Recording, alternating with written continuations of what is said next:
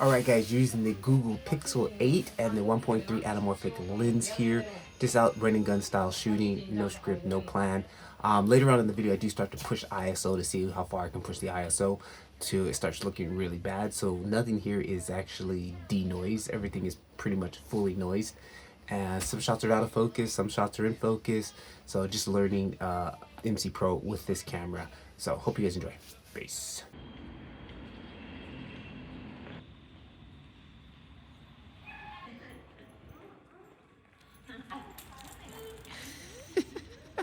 Hey, Vado! Good morning! Mira Chizu!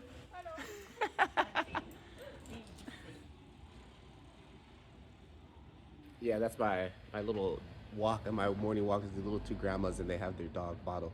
I used to always walk by him. He used to go crazy.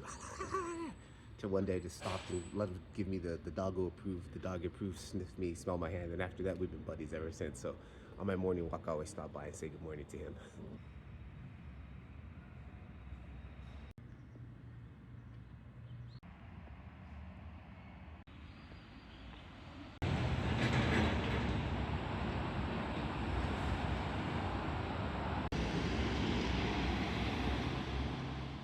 Alright guys, so I just got out of work. I'm gonna push this hard now. I'm gonna try to really see how far I can push the ISO.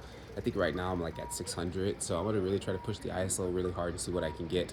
So one thing I do know, when you're using focus and you have it set to infinity, when I'm doing that close up on myself, I notice it tends to be focusing past me.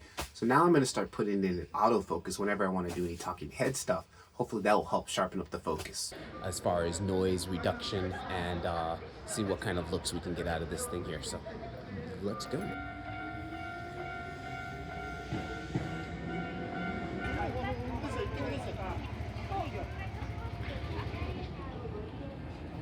So I need to grab some little heat pads for my back because my back is like jacked and old and it hurts all the time. It sucks.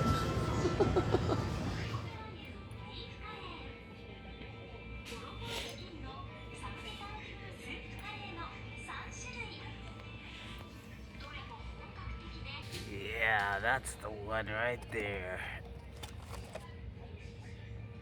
Oh, gotcha machines, my favorite. Let's see what we've got. Actually, we don't have anything interesting at all. These are all actually pretty lame. Nothing good whatsoever. Weak.